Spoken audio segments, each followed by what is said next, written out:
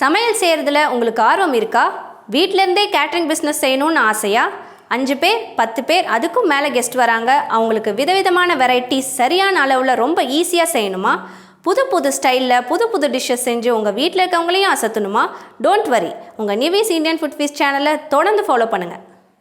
என் காதலே என் காதலே என்னை என்ன செய்ய போகிறாய்?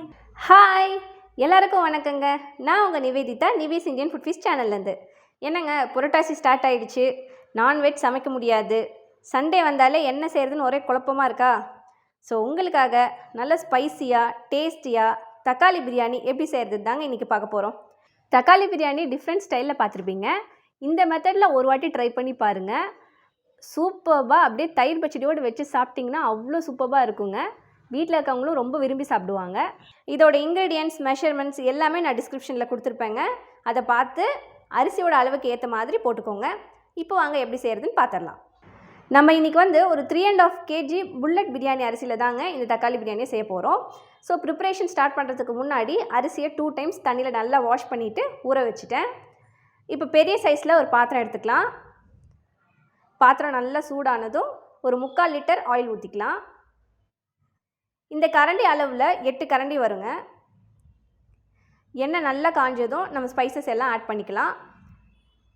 இது ஒன்று என்னென்ன அளவுன்னு டிஸ்கிரிப்ஷனில் தெளிவாக டீட்டெயிலாக கொடுத்துருக்கேன், அதை பாருங்கள். ஸ்பைசஸ் எல்லாம் நல்லா பொரிஞ்ச உடனே 2 கிலோ பெரிய வெங்காயம் ஸ்லைசஸாக கட் பண்ணி வச்சுருக்கேன், அதை இதில் சேர்த்துடலாம். வெங்காயம் நல்லா பொன்னிறமாக ஆகிற அளவுக்கு வணங்கணுங்க. இந்த ஸ்டேஜில் நமக்கு தேவையான அளவு உப்பு ஆட் பண்ணிக்கலாம். பாருங்கள், நல்லா ப்ரௌனிஷ் ஆகிடுச்சு. இப்போ நம்ம காரத்துக்கு பச்சை மிளகாய் சேர்த்துக்கலாம். 1 கிலோவுக்கு 8 மிளகாய் வீதம் நான் இன்றைக்கி ஒரு 30 மிளகாய் சேர்த்துருக்கேன். இதில் நம்ம காரத்துக்கு மிளகாத்தூள் எதுவுமே சேர்க்க போகிறது இல்லைங்க. ஸோ மிளகாயை உண்டுனா சேர்த்துக்குவோம்.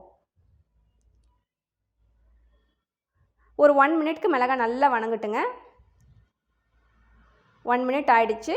இப்போ ஒரு 2 கை புதினாவும் 1 கை கொத்தமல்லியும் சேர்த்துக்கலாம். இந்த புதினாவும் கொத்தமல்லியும் பிரியாணிக்கு நல்ல ஃப்ளேவர் கொடுக்குங்க.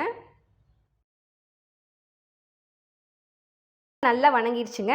இப்போ இஞ்சி பூண்டு பேஸ்ட் சேர்த்துடலாம். நான் இஞ்சி 1/2 கிலோவும் பூண்டு 600 கிராமும் சேர்த்து இந்த பேஸ்ட் ரெடி பண்ணியிருக்கேன். நம்ம எண்ணெய் ஊற்றினோம் இல்லையா, அந்த கரண்டியில் 1 கிலோவுக்கு 1 கரண்டி முழுசாக போட்டுடணும். ஸோ நம்ம 3.5 கிலோவுக்கு 3.5 கரண்டி சேர்த்தாச்சு. சேர்த்து நல்லா கிளறி விட்டுடலாம். பச்சை வாசனை போகிற வரைக்கும் நல்லா வணங்கட்டும். பச்சை வாசனைலாம் நல்லா போயிடுச்சுங்க. இந்த ஸ்டேஜில் நம்ம ஹீரோ தக்காளி ஆட் பண்ணிடலாம். தக்காளி எப்போயுமே 1:1.25 ரேஷியோவில் தாங்க ஆட் பண்ணணும். அதாவது அரிசி 1 கிலோனா தக்காளி 1.25 கிலோ ஆட் பண்ணணும். அப்போ தான் தக்காளி பிரியாணி நல்ல டேஸ்ட்டாக சூப்பராக இருக்கும். ஸோ அதனால் நம்ம இன்றைக்கி ஒரு 4.5 கிலோ தக்காளி ஆட் பண்ணணும். ஆட் பண்ணி நல்லா கலந்து விட்டுட்டே இருங்க. தக்காளி நல்லா சாஃப்ட் ஆகிற அளவுக்கு வணங்கட்டுங்க. என் காதலே என் காதலே என்னை என்ன செய்ய போகிறாய்? நான் ஓவியம் ஒன்றை எழுதினேன், என் கண்ணிரண்டை கேட்கிறாய். சிலுவைகள் சிறகுகள் 2இல் என்ன தரப் போகிறாய்? கிள்ளுவதை கிள்ளிவிட்டு ஏன் தள்ளி நின்று பார்க்கிறாய்? என் காதலே என் காதலே என்னை என்ன செய்ய போகிறாய்? நான் ஓவியம் ஒன்றை எழுதினேன், என் கண்ணிரண்டை கேட்கிறாய். பாருங்கள், இந்த அளவுக்கு சாஃப்ட் ஆகிடுச்சு. இந்த ஸ்டேஜில் நான் தக்காளியும் புதினாவும் சேர்த்து ஒரு பேஸ்ட் ரெடி பண்ணி வச்சுருக்கேங்க, அதை இதில் சேர்த்துடலாம். நல்லா கலந்து விட்டுடலாம். 4.5 கிலோ தக்காளி சொன்னேன் இல்லைங்க, அதில் 2.5 கிலோ தக்காளி நம்ம கட் பண்ணி சேர்த்துட்டோம். மீதி 2 கிலோ தக்காளியும் 1 கை புதினாவும் சேர்த்து தாங்க இந்த பேஸ்ட் நான் ரெடி பண்ணியிருக்கேன்.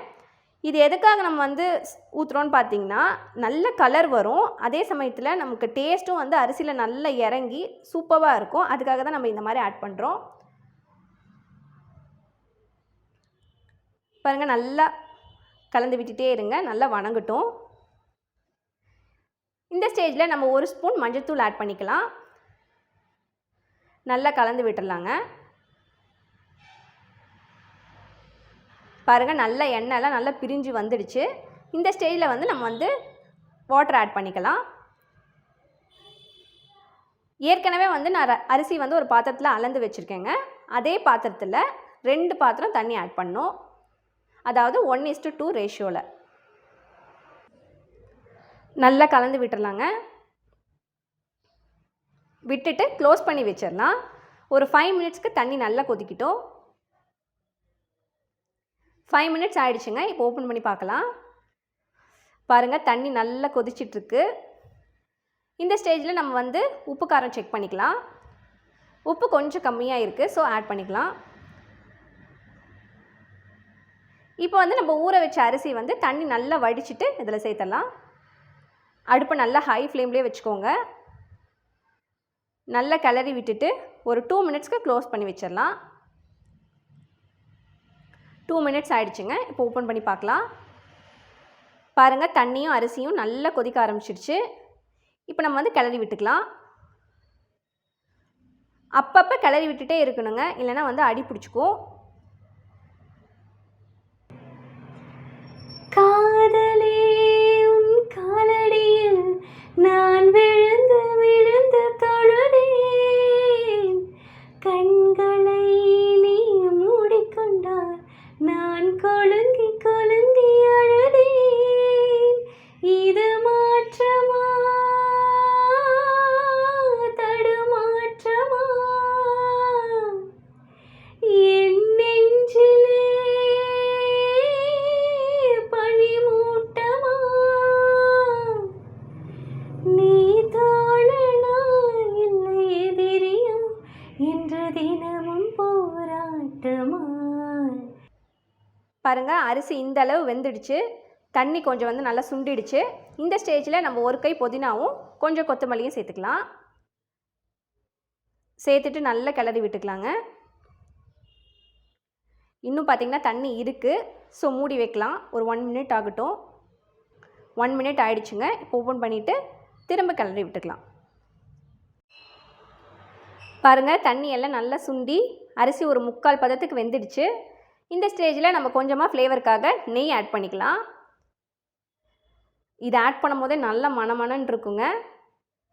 ஆட் பண்ணிவிட்டு நல்லா கலந்து விட்டுட்டு மூடி போட்டு ஒரு பெரிய பாத்திரத்தில் தண்ணியோட தம் போட்டுடலாம்.